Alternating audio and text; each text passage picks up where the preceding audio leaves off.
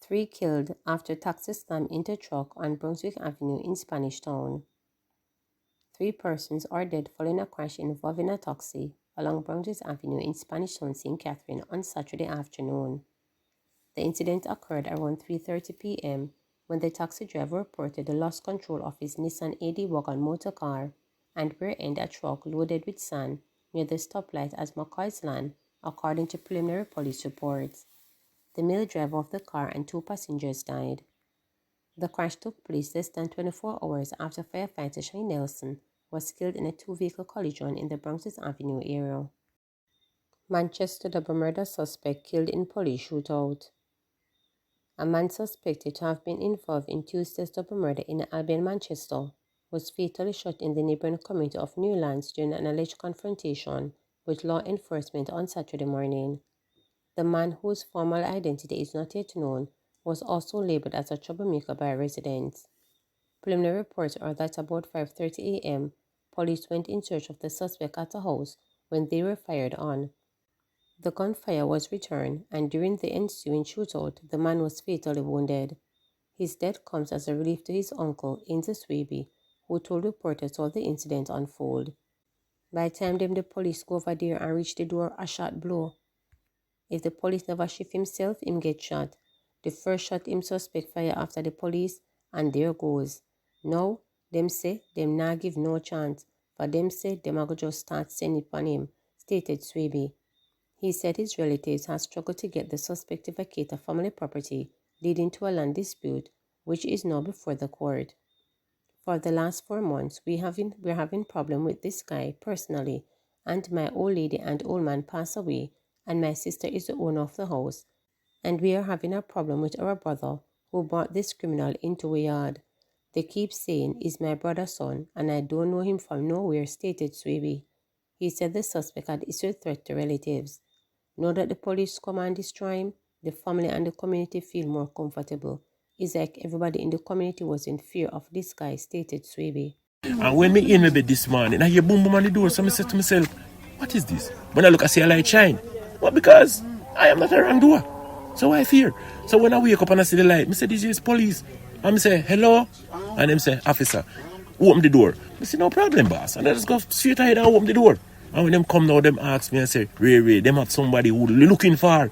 So I say, officer, if you're looking for me here, ma'am, you couldn't looking for me. And them say, where is? And I say, him over next door there. And when them go over there, by them could I reach the door. I shot, blam! Them keep saying he's my brother's son. I don't know him from nowhere. And my sister, them, we live together, and we them don't know him. I mean the yard, I don't know him, I don't know him from nowhere.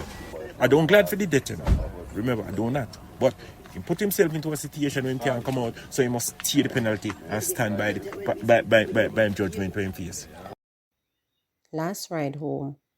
When young firefighter Shaheen Nelson left work last Friday night, she called her sister to let her know that she was on her way home and would call again when she was nearby, a signal to open the gate and prepare for her arrival. But the gate to their home remained open that tragic night, as Nelson never made it home. She died in a car crash her stepfather, Garnet Doe said, occurred less than 400 meters from their residence. A grief-stricken stepfather, also a firefighter, shared that the act of calling home after work was a common practice for Nelson, who always made it her mission to let the family know where she was and that she was safe. We are just trying to cope. It's so difficult, but we are just trying to cope with everything, he told reporters on Saturday.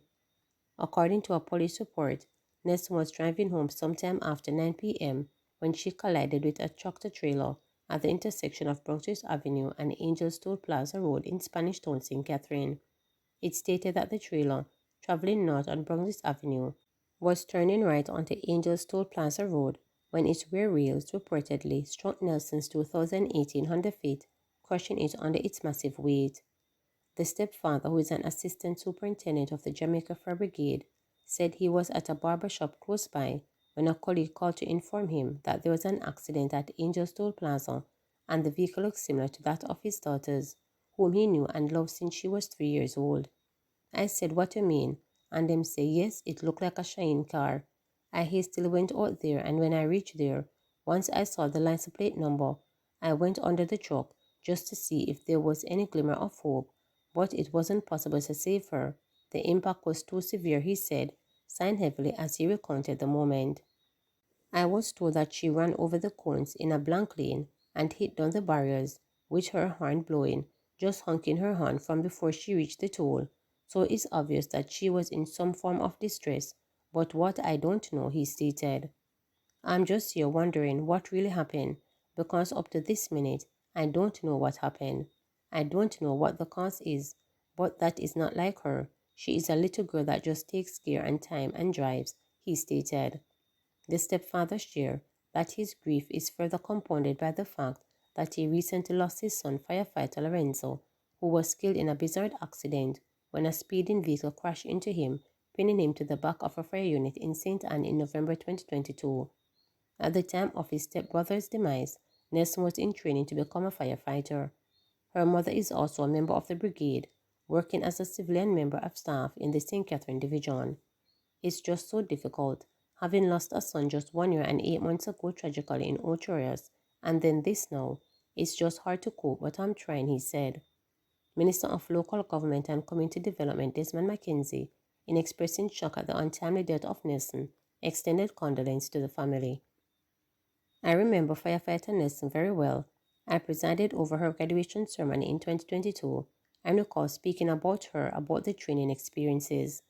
This tragic news is even sadder for me, as she was the stepsister of Firefighter Lorenzo, who was killed while on duty in Honduras in 2022. Once again, this family of firefighters and the wider Jamaica Fire Brigade community is enveloped in mourning, stated Mackenzie.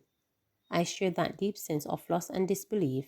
I trust that her loved ones and friends will experience solace, peace, and personal strength as the days progresses, he noted.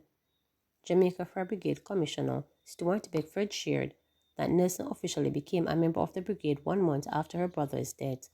She was initially assigned to the Spanish Town Division before being transferred to the Stonehill Division, where she was serving until the time of her death. The family, based on the information I have gotten, they are in deep distress.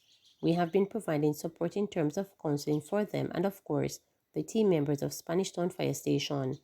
We are also making arrangements to speak with the team at the Stonehill Division to also provide some level of counseling for them to help them get through this difficult period, Beckford told reporters. He shared that firefighters who responded to the call were from the Spanish Town Division, and many are rattled with grief as they process the loss of one of their own. Her time with us was very brief, but, for all indications, she was well loved by her colleagues at the different stations that she would have worked during her very brief career with us, he stated. We are doing all that we can to make sure their health and mental well-being is being taken care of because we understand the effect that this can have on them over a long term. We have seen it, we have experienced it, and so we are mindful that if we don't get the appropriate support, it can create some negative impact down the road, he stated. The commissioner said this period is particularly difficult for members of the fire brigade as they are still mourning the loss of firefighter Shamir Mary, who was tragically killed in the United States in August. According to the Gayland Police Department, firefighter Mary was assigned to the Trenchtown Division, was fatally stabbed in an altercation with another Jamaican man in the U.S. He was on vacation leave at the time of his death. His body was flown into the country last week Thursday, and we are actually in the process of making funeral arrangements with the family to lay him to rest. To have this happening so soon, it has been very traumatic for the team members, particularly those who have responded to Friday's call and discovered that it was one of their own, stated the fire chief. A first responder who was working on the scene of the fatal crash said it was utter devastation and sadness when firefighters learned that it was one of their own who have been crushed to death. Firefighters from Kingston and St. Catherine would have come on scene because Shahini was a very nice person. It was a solace occasion. We even had somebody from St. Thomas who drove from St. Thomas and came to the scene, the first responder told reporters. Everybody was just crying. The firefighters were crying. The medics were crying. The emergency medical technicians were just out of it. Firefighters were just sitting on the road, and we lost it. We were just sitting on sidewalks, leaning up on cars, and it was just a sad occasion, he recounted. This is what we do.